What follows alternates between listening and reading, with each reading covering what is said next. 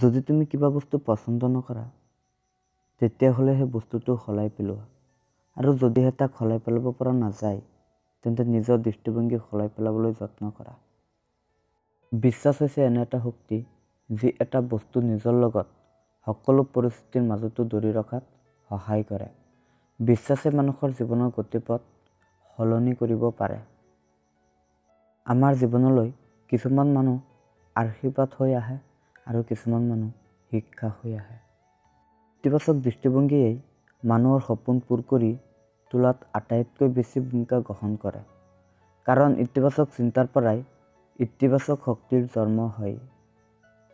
যি মানুহে আন মানুহৰ বিষয়ে বেছিকৈ কথা জানে তেওঁ এজন বিদ্বান। যি মানুহে আনক শাসন কৰে তেওঁ ক্ষমতাশালী। কিন্তু যিজন মানুহে নিজক সম্পূৰ্ণৰূপে নিয়ন্ত্ৰণ কৰিব পাৰিছে তেওঁ হ'ল আটাইতকৈ শক্তিশালী মানুহ। নমস্কাৰ, মোৰ মৰমৰ বন্ধু বান্ধৱীসকল, যিসকলে এতিয়াও চেনেলখন ছাবস্ক্ৰাইব কৰা নাই প্লিজ ছাবস্ক্ৰাইব কৰি দিবা আৰু লগতে এটা লাইক কৰি দিবা। জয় আই অসম।